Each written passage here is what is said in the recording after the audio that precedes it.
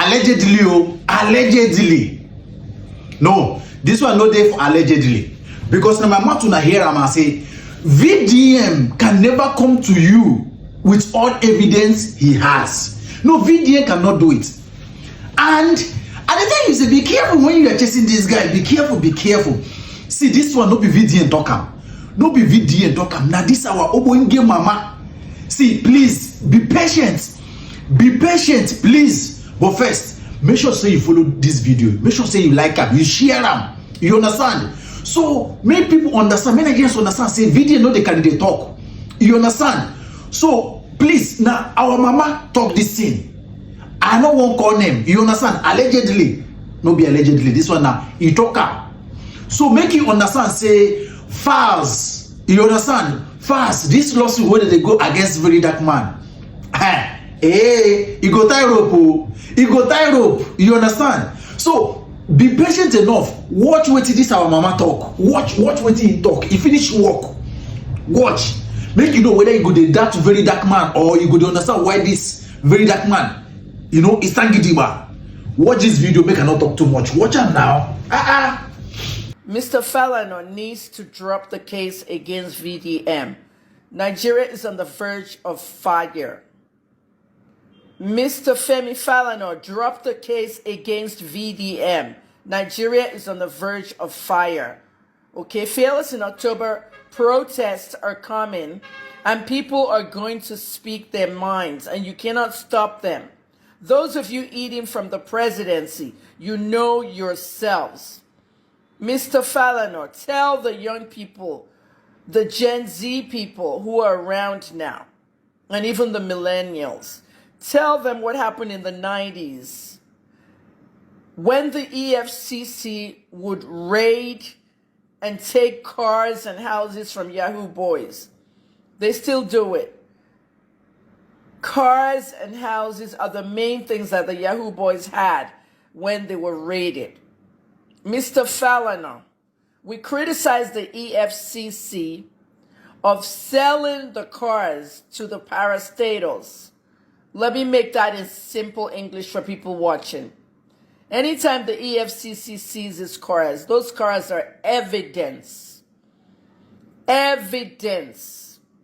of how you're going to prosecute the people you seize them from. Because some of those cars were purchased with the money they made, and some of those cars were Tokumbo cars that were literally brought to Nigeria after scamming someone online. I did the story about the car theft ring in Canada in 2007. When these cars come in, Mr. Magu, former chairman of EFCC, was actually selling these cars to the other ministries. That's the parastatals. You seize a car from a Yahoo boy, you are now selling it to another government agency to be using it as official cars.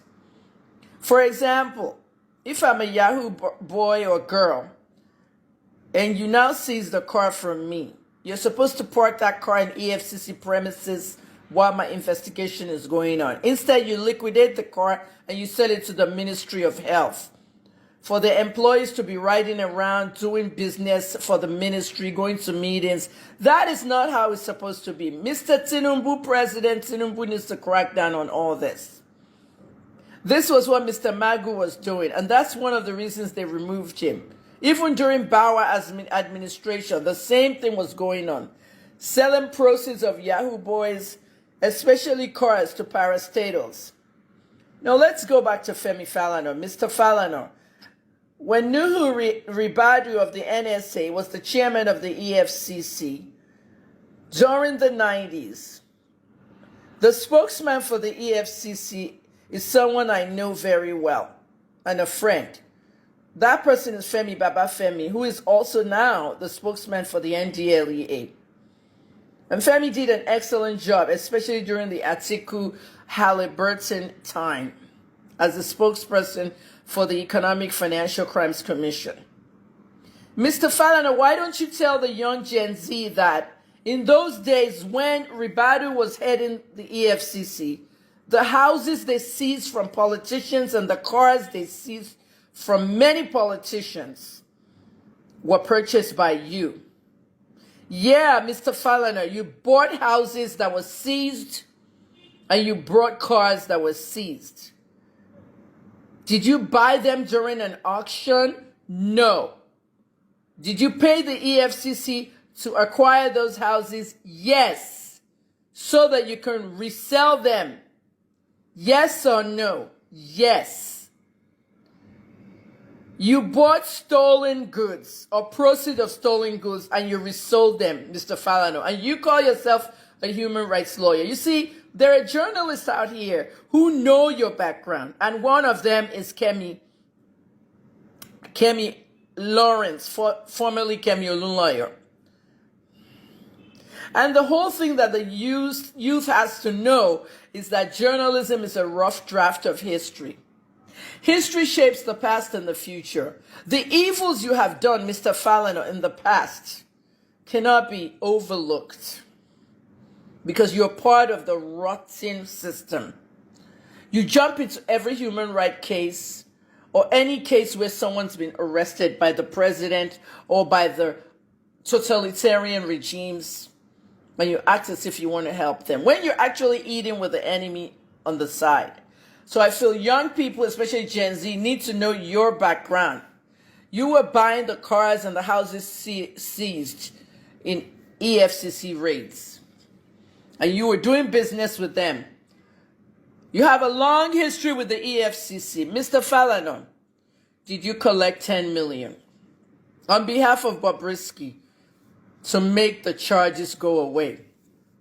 The money laundering charges. That's what's at hand now, not putting Falakemi in front to sue VDM. Did you or did you not collect that money? Even if it was 1 million, did you collect any money to help Bobrisky get charges dropped? We need to know that. Secondly, Nigerian celebrities. I'm going to out you. I already don't like many of you. When I was doing journalism in Nigeria, before I retired after my 3 decades, I used to solicit donations and ask people to donate to my work. If everybody donated 1,000 naira to my work, I'll probably have millions and millions now to even open my own media house. But that didn't happen because you don't like the truth. But you went and donated a reported 70 million to Bobrisky while he was in prison. VDM detected that information. Now listen to that information. Celebrities donated 70 million to Bobrisky in prison. Who are these celebrities? When VDM exposed that, that was the tip of the iceberg. Fisayo Shoyomba did an investigation to find out that 3 weeks after he went to prison, he was moved out. What I detected from this 70 million donation to Bobrisky in prison is, why did they donate that money to him in the prison? Did they donate that money to crowdfund his bribes? 15 million for the EFCC, 10 million for Falana, 3 million for VIP section of the prison. Where is this coming from? And Bobrisky is still lying. Who are the celebrities that gave Bobrisky money in the prison? I need to know every one of them. If you know who they are, into my DM on Instagram or my email, kemiolunloyo444@gmail.com. I need to know the celebrities. I don't want rubbish information. Okay, I don't want to tarnish or defame anybody. I don't do that nonsense. I want to know exactly where all that money came from, because we're not talking about this. We're talking about Falana. We're talking about their lawsuit that they used to blind all of us because they're a cartel. The FFC, I named them, Falana Family Cartel. They are a cartel.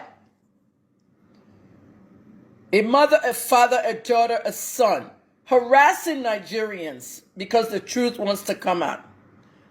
Mr. Falana, you have been buying stolen goods for a long time and selling houses and selling cars that you brought from the EFCC, destroying people's lives. When has the EFCC had a real trial for young people? Or you think I'm stupid? I was in Port Harcourt prison with many EFCC inmates. And when we went to court and they went on that stand, all these cases had no credibility. The only ones that really got convicted were the oil thieves, the young boys who will go to the oil thing and steal oil. And they're stealing that oil for politicians. They get caught, they have to go to EFCC court. The federal court that I went to for my case in the BOM's case, I saw a lot of them on the stands. Ordinarily, they can't prosecute many of them. Look at the boys that were arrested in Delta. Bright Edafe, spokesman PPRO. Why are we not training this young man on computers and tech, like I said on Hush Puppy interview on Arise? Now they're going to HK school, Hustler's Kingdom.